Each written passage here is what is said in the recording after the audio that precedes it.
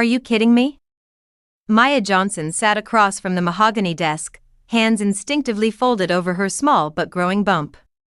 She had rehearsed this moment a dozen times in the mirror, trying to find the right way to tell Mr. Reynolds, her boss, that she was pregnant. But she hadn't expected his reaction to be so icy, so final. "You're supposed to be my account manager," he said, voice sharp as the crease in his expensive suit. "Not a babysitter. Not a liability.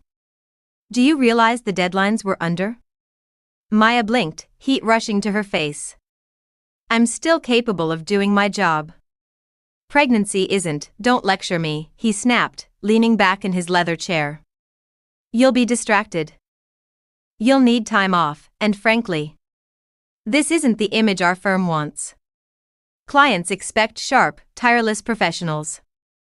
Not someone waddling into meetings." The words stung. Waddling. She was barely showing, "So, that's it?" she whispered. Mr. Reynolds gave a thin smile, the kind of smile that said he enjoyed having the last word. He slid a folder across the desk. "Effective immediately. HR has the paperwork. You'll get your last paycheck by Friday. Good luck with whatever it is you plan to do." Maya sat frozen, her throat tightening. 5 years she had given this company, late nights, skipped holidays, endless sacrifices.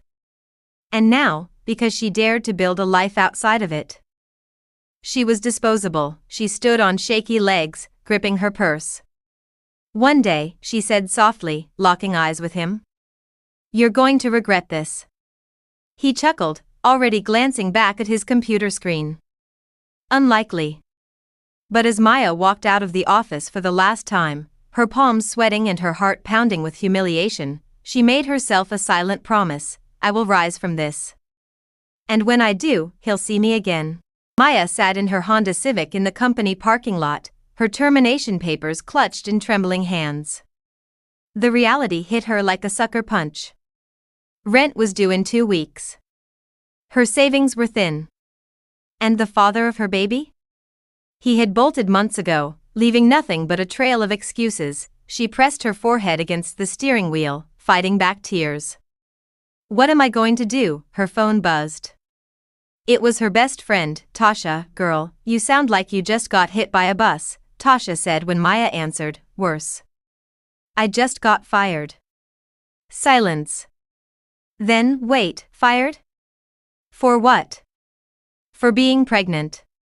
Maya's voice cracked. "He said I'd be a liability."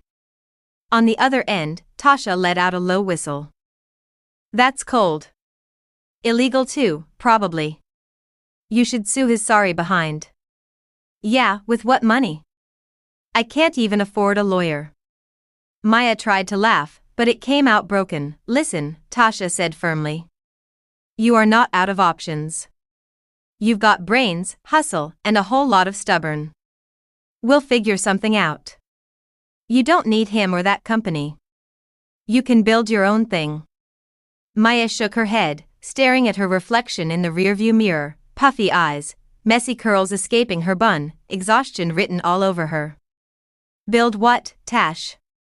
I can't even build a crib yet." But even as she said it, a small spark lit inside her. The following weeks were brutal. Bills piled up. Maya sold her TV and her designer handbags just to make rent. Nights were sleepless, her mind racing between baby names and overdue notices. One morning, as she scrolled job listings on her cracked laptop, Tasha barged into her apartment with 2 iced coffees and a notebook. "Okay," Tasha said, slamming the notebook down on the kitchen table. "We're making a list. What do you love to do, what are you good at, and what could actually make money?" Maya groaned. "Tash, I don't have time for no excuses." "Answer." Maya rubbed her temples. "Fine. I'm good with numbers. Budgets. Planning. I used to help Mom with her catering business before she passed." Tasha's eyes lit up. "There it is. You're always the one fixing my messy bills. What if you started, I don't know, a financial coaching thing?" Or even a meal prep business? Something people actually need. Maya chewed her lip. A home business. I could at least work while I take care of the baby. Exactly. Low overhead. And I'll help. We'll hustle until it works. For the first time since being fired, Maya let herself smile. Small, shaky, but real, Maya didn't waste time. The next morning, she cleared her kitchen counter, pulled out her old recipe binder, and laid everything flat like blueprints, budget spreadsheets, meal plans, grocery lists. If there was one thing she knew, it was how to stretch $1. Her mom had raised her that way, feeding 5 kids on a shoestring budget and still managing to make the meals taste like feasts. People are struggling right now, Maya murmured, jotting notes. What if I made healthy meal kits, cheap, fast, and designed for families on tight budgets? Tasha leaned on the counter, sipping coffee. Girl, you might be onto something. Everyone's tired of takeout prices, and you cook better than half these restaurants. Maya's eyes narrowed, determination sparking. Okay. But we need a name. Something catchy. Something that feels like hope in a box. After an hour of brainstorming, Tasha snapped her fingers. Got it. Nourish Flourish. Maya grinned. I love it. Within a week, she had printed flyers on neon paper and taped them around laundromats, barbershops, and daycare centers. Affordable meal kits for busy families. Fresh. Homemade. Delivered. Her first order came from a single dad down the street who wanted 3 dinners prepped for the week. Maya cooked until midnight, her swollen feet aching, but when she delivered the meals the next day and saw his kids' faces light up, something shifted in her chest. I can do this. The first month was rough. Orders trickled in slowly. Some customers loved the food, others complained portions were too small. Once, a delivery spilled in her back seat, ruining 3 meals and forcing her to refund money she couldn't spare. One night, exhausted and 6 months pregnant, Maya broke down in tears on her kitchen floor. This is never going to work, she sobbed into her hands. Tasha knelt beside her, pulling her into a hug. Yes, it will. You just haven't found your people yet. You've got something real here, Maya. Don't quit before it blooms. And then, a small miracle happened. A local mom blogger tried one of Maya's meal kits, posted a glowing review online, and within 2 days Maya's phone was blowing up with new orders. She barely slept that week, chopping vegetables and packing containers until her hands cramped. But every delivery meant another step away from the humiliation of being fired. Another step toward building something her child could be proud of. By the time Maya gave birth to her daughter, Alani, Nourish Flourish had a waiting list. She worked from home, rocking Alani's bassinet with one foot while stirring pasta with one hand. Customers praised her affordable menus, and soon she expanded into budget coaching sessions on the side. She taught families how to meal plan, save money, and stop living paycheck to paycheck. Word spread. Partnerships with local churches and community centers followed. Within 2 years, Maya wasn't just surviving. She was thriving.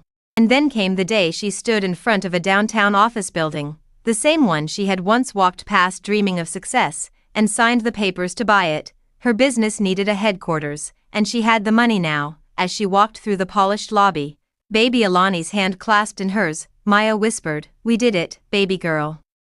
What she didn't know was that fate was about to set the stage for the sweetest revenge. The first time Maya saw him again, she almost didn't recognize him. Mr. Callahan, her old boss. The man who had fired her with a smug smile and the words, "This company can't carry your personal burdens." He looked smaller now, his tailored suit hanging looser, his hair thinner at the crown. Yet he still carried himself with that arrogant tilt of the chin. He was waiting at the leasing office downstairs, a stack of papers in his hand. Maya entered the room behind her lawyer, heels clicking against the marble. "Good morning," the property manager said brightly. "Mr. Callahan, this is your new landlord, Ms. Maya Thompson." Callahan turned, clearly expecting someone older, someone seasoned. When his eyes landed on Maya, his jaw went slack. "You've got to be kidding me," he muttered. Maya's smile was sharp but calm. "Hello, Mr. Callahan. Long time no see." For a moment, silence hung heavy between them. Callahan recovered, forcing a chuckle. "So, you're the new owner? I suppose congratulations are in order." "Thank you," Maya said evenly, sliding the contract across the desk. "As of today, your company's lease is under my management. Rent is due on the 1st of every month. Penalties for late payments are steep." He bristled. "Do you have any idea how much power I hold in this city? You think some side hustle turned you into a mogul overnight?" Maya leaned forward, her voice low but steady. "No, Mr. Callahan. You did. You fired me when I was at my lowest. That humiliation pushed me to build something better than anything you could have given me. So thank you. Really." He opened his mouth to retort but shut it again.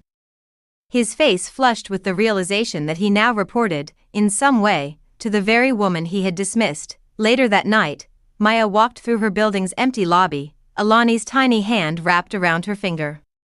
The echoes of her footsteps carried like a promise. 2 years ago, she had left this same city in tears, jobless and pregnant. Now she returned as the woman who owned the very roof over her old boss's head.